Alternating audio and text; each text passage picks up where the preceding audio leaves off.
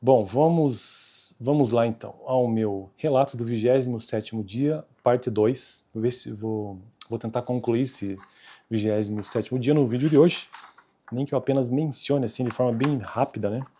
Porque eu já gravei o primeiro vídeo e já estou no segundo. Lembrando, são no mínimo 40 dias que eu preciso gravar aqui no canal sobre esses relatos do escritório de contabilidade. Eu estou construindo uma playlist por aqui sobre rotinas contábeis, ou rotina contábil dos escritórios de contabilidade, no escritório. Eu trabalhei no escritório de contabilidade por aproximadamente 40, 50 semanas, então eu frequentei esse escritório de 1 a 2 vezes por semana por meio período. Essa é a minha experiência do escritório. E foi dessa maneira que eu quis mesmo, eu não quis trabalhar por mais tempo. E também não queria trabalhar por vários dias na semana, eu só queria ter uma vaga noção. E nesse escritório eu trabalhei então no setor ou no departamento contábil, porque um escritório de contabilidade possui departamentos. Existe o departamento pessoal, que é o DP, ou então o departamento de folha. Existe o departamento fiscal, conhecido como DF, que trata de tributos. E existe o departamento de contabilidade, propriamente dito, que trata ou cuida da escrituração, ou seja, tudo que existe no escritório de contabilidade só existe porque alguém algum dia escriturou. Foi exatamente nesse setor que eu trabalhei e a minha experiência, a pouca experiência, está nisso, de fazer lançamentos em sistema, débito e crédito. E isso é extremamente fundamental. Tem muito contador que não sabe direito como fazer, né? Aliás, eu mesmo aprendi um pouco, apenas o básico, né? Segundo palavras do próprio contador do escritório onde eu trabalhei. Esta é a base do escritório. Então, o 27º dia, eu basicamente continuei integrando via planilha do Excel todos os lançamentos que fiz retroativo aos anos 2020, 21, 22 de uma certa empresa de engenharia.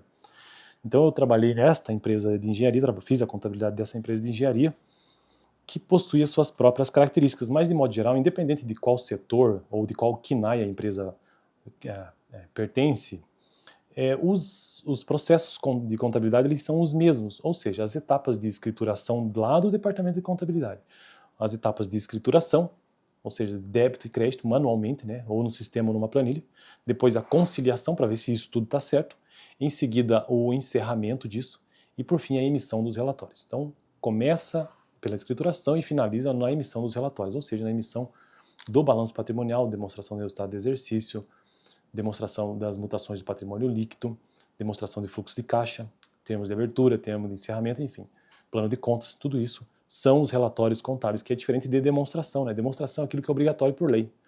Nem toda demonstração é obrigatória, mas toda demonstração é um relatório. Então existem diversos relatórios dentro do escritório de contabilidade.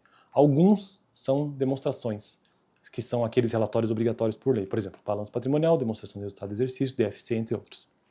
Bom, então eu fiz a integração, né? Que é a integração? Integração é quando você digita via planilha do Excel todos os fatos contábeis, todos os fatos patrimoniais de uma empresa, e depois disso você precisa pegar essa planilha e jogar para dentro do sistema, para que o sistema faça a leitura disso numa linguagem de máquina e consiga trazer tudo de uma forma automática para dentro do sistema, para poder gerar todas as demais informações. E eu fiz isso para vários anos, inclusive. E aí aqui eu tenho passo a passo, porque eu fiz assim, ó, anotações. Eu super recomendo quando você for trabalhar no escritório de contabilidade, mesmo que seja por alguns dias apenas, ou por algumas semanas ou meses, anote. Isso aqui são anotações tuas pro resto da vida. Inclusive, eu tô gravando aqui no canal, né? Então eu fiz basicamente a integração via planilha do Excel. O que mais que eu fiz aqui? Fiz a conferência, beleza.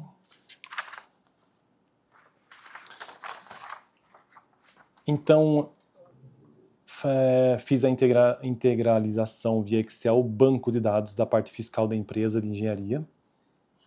Então, somente da parte fiscal. Montei um banco de dados e usei a base, o PGDAS, o extrato do PGDAS para montar esse banco de dados. Realizei toda a integração do faturamento, que é o último dia de competência, foi no mês 6 de 2018, por exemplo. Lancei débito cliente, ativo, conta 1740, e crédito receita no resultado, né, conta 442. Cada conta tem uma numeração. Então esse esquema de fazer via planilha do Excel não é lá continha, número a número. Não, você usa números, que são os números que o sistema usará depois. Por exemplo, 1740 é o número da conta cliente no sistema depois. Então simplesmente lancei esse número. Tá, e fiz isso para recebimento também, que aconteceu todo dia 5 útil do mês seguinte, débito em caixa, crédito na conta cliente, que tinha o seu número equivalente, 3881740. Coloquei o valor do campo referente a tal coisa, tal evento. Também realizei a provisão do imposto do mês, ou seja, lancei a débito Simples Nacional, que é uma despesa, depois crédito Simples Nacional a pagar, no passivo, né?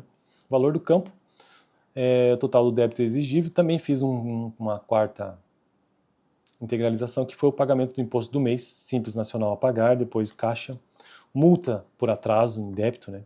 E caixa também. Veja que tudo que eu estou falando aqui são lançamentos contábeis, feitos em Excel e depois a integralização, né? Por fim, deixa eu ver se eu fiz o recebimento disso aqui. Fiz o pagamento. Basicamente o que eu fiz foi a integralização desses lançamentos contábeis aqui. O faturamento, o recebimento, a provisão do imposto do mês e o pagamento do imposto do mês. É isso que eu fiz no 27º dia, só que para vários anos, porque esse contador assumiu essa empresa e ele precisou fazer retroativo. Então, faturamento, eu movimentei duas contas. Débito, conta cliente e crédito, receita, da DR, né? Recebimento, movimentei duas contas. Débito, caixa e crédito, cliente. Provisão do imposto do mês. Eu movimentei duas contas porque essa empresa é do Simples Nacional. Então, débito do Simples Nacional despesa e crédito Simples Nacional a pagar. E por fim, movimentei pagamento imposto do mês, que é o pagamento efetivo. Uma coisa é você fazer o provisionamento, que é o regime de competência. Outra coisa é você realizar o efetivo pagamento, que é o regime de caixa. Então, pagamento do imposto do mês, Simples Nacional a pagar, débito, né, e crédito no caixa.